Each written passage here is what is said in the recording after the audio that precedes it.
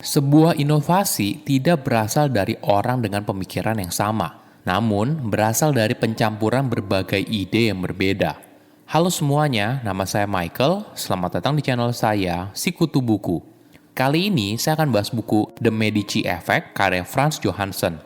Sebelum kita mulai, buat kalian yang mau support channel ini agar terus berkarya, caranya gampang banget. Kalian cukup klik subscribe dan nyalakan loncengnya.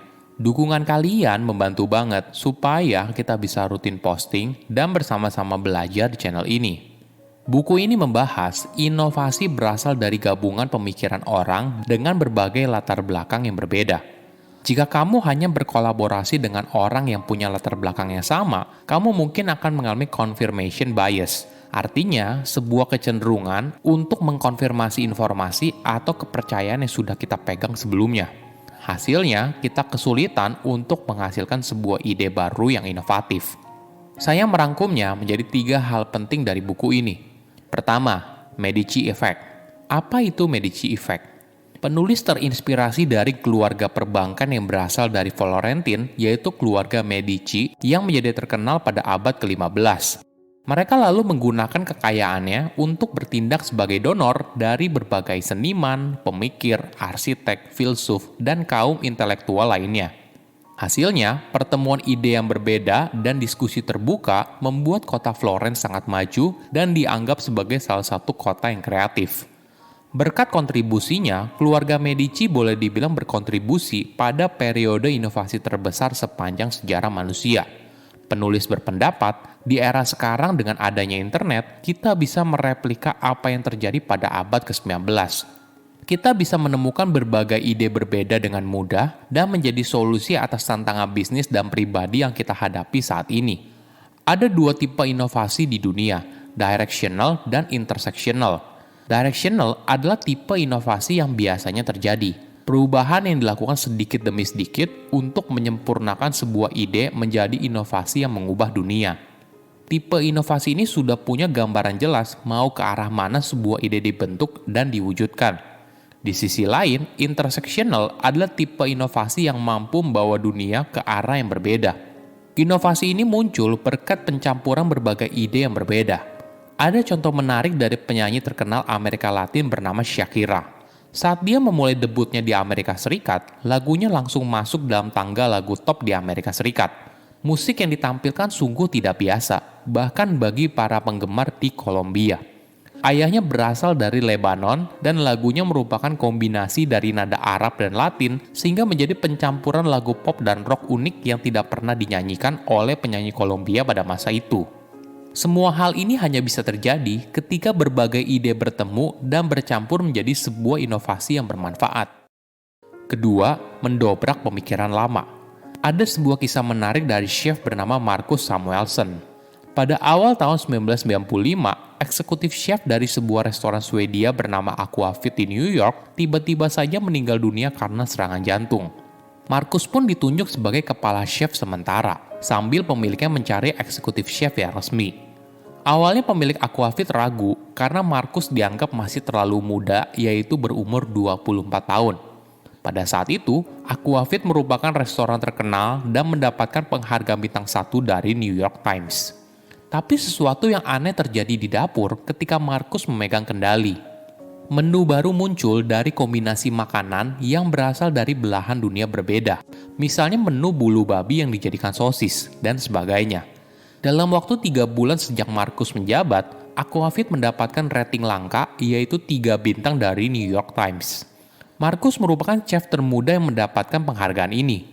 Sejak saat itu, namanya semakin terkenal dan dianggap sebagai salah satu chef Amerika yang terkemuka. Apa rahasia di balik kesuksesan Marcus? Banyak orang mungkin mengaitkan kesuksesannya karena dia masih muda, punya banyak energi, dan bekerja keras. Namun hal ini saja tidak cukup. Untuk menemukan rahasianya, kita perlu memulai dari hasil ciptaan kulinernya. Tentu saja ada yang sangat berbeda dari makanan yang dibuat oleh Marcus. Walaupun Aquavit masih menyajikan kuliner dari Swedia sesuai dengan tema restorannya, namun yang berbeda adalah gabungan antara kuliner Swedia dengan bahan lain yang kamu tidak akan temukan di restoran Swedia manapun. Misalnya gabungan antara saus tandoori dengan salmon asap, yang merupakan percampuran antara Swedia dan India. Marcus berhasil mendobrak hambatan tradisional dalam memasak. Dia berada di persimpangan antara kuliner Swedia dan kuliner global. Ini adalah keahlian Marcus sesungguhnya. Dia mampu menciptakan kombinasi yang unik sehingga menghasilkan kuliner yang berani, berbeda, dan juga rasanya sangat enak. Ketiga, terbuka dengan ide baru.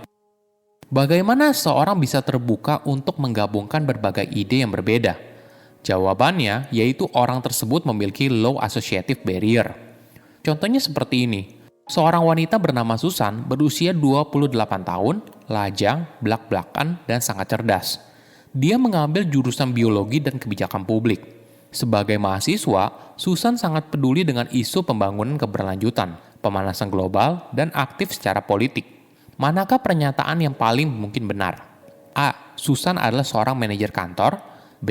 Susan adalah seorang manajer kantor dan aktif dalam gerakan lingkungan.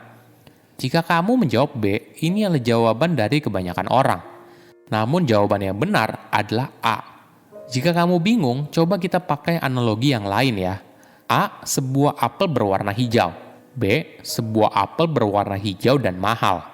Kali ini jawabannya pasti lebih mudah ditebak, yaitu A. Dua pertanyaan ini serupa, namun disajikan dalam format yang berbeda.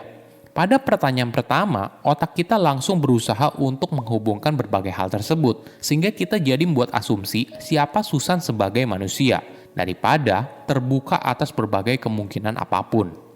Ini memang cara kerja otak. Ketika mendengar sebuah kata atau melihat sebuah gambar, otak kita langsung menghubungkannya dengan ide tertentu, menyatukannya satu sama lain.